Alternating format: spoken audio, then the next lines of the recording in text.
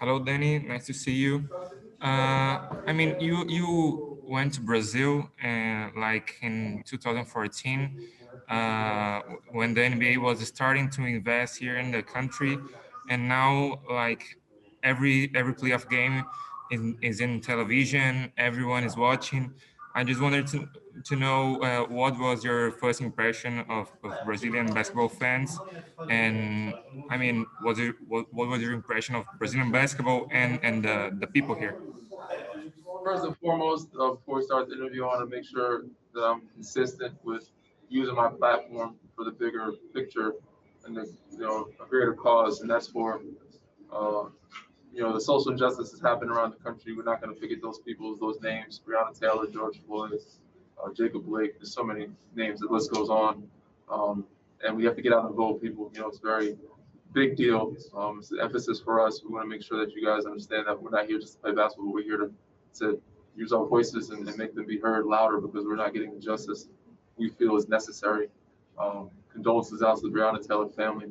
So they supposedly got the justice that I guess the government felt they deserve, but we don't think it's enough. So we're going to continue to push. We're going to continue to fight. But Brazil, man, was amazing. I had a great time in Brazil. Tiago was with me. The fans were amazing.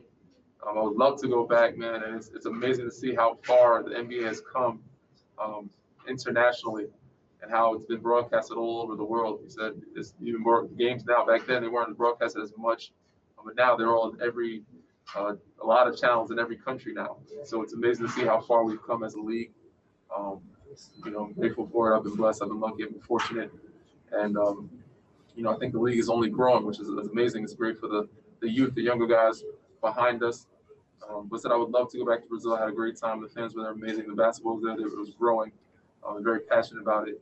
And unfortunately, the time that I went was summer for us, but I think it was like winter or rain season for them.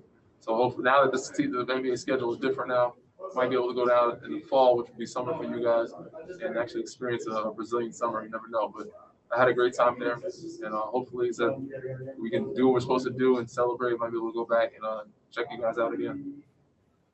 All right, let's go to Michael O'Connor. Danny, what impact does Kobe Bryant still have on your team during this stage of the title run? Kobe's impact will never leave the game of basketball, let alone the Lakers organization. It'll forever be there. His presence will forever be there.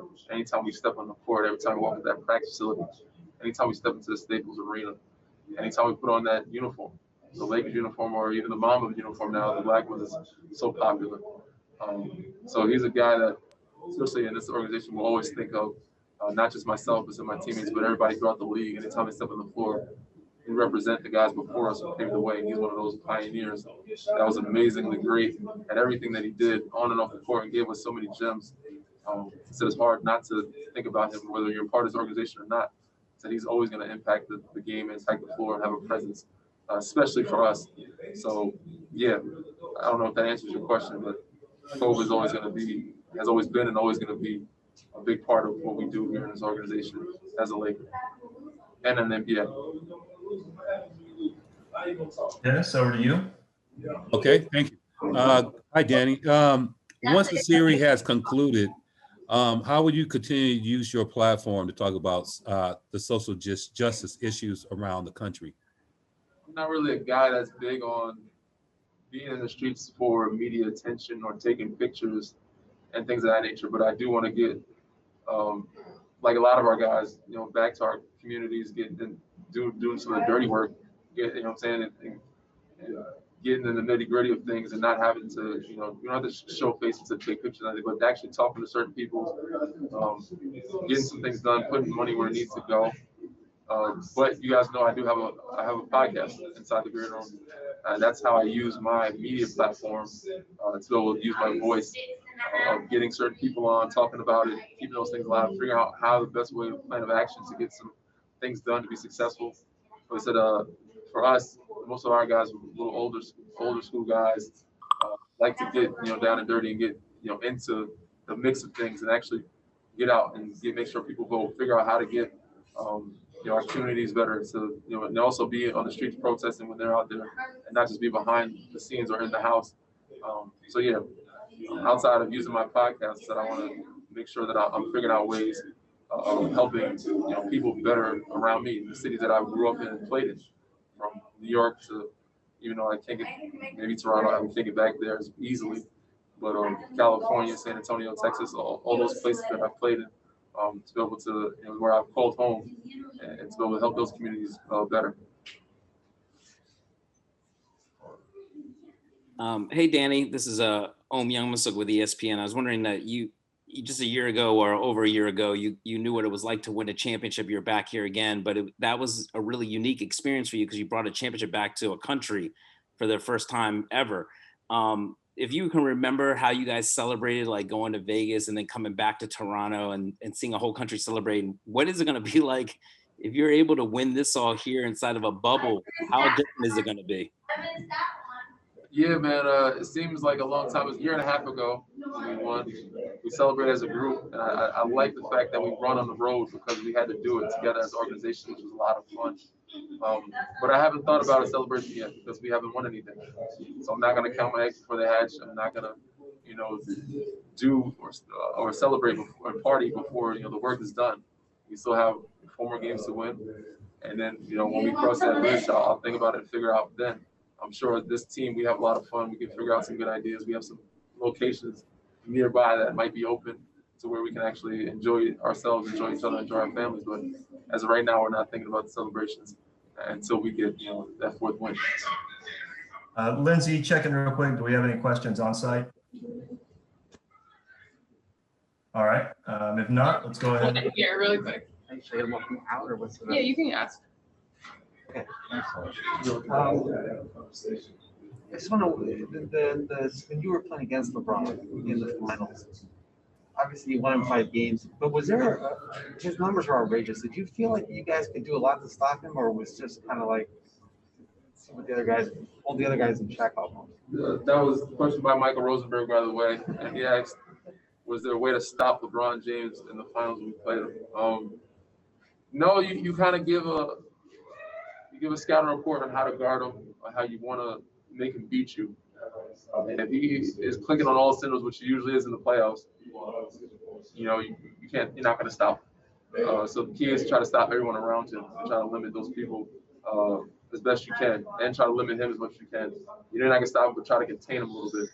When he's playing the way he's playing, like he did in that last game in the Denver series, when he closed out that 4th quarter with 16 points, damn near 16 straight points. Was unbelievable. When he's clicking and hitting shots like that, you're not stopping him. You can only hope to contain him a little bit, and you try to limit everyone around you. But that's just playoff LeBron. He's been doing it for 17 years now. He's been amazing, and in my eyes and my mind, the MVP of this league. No knock to Giannis. He's been amazing. He had a great defensive year and a great MVP year.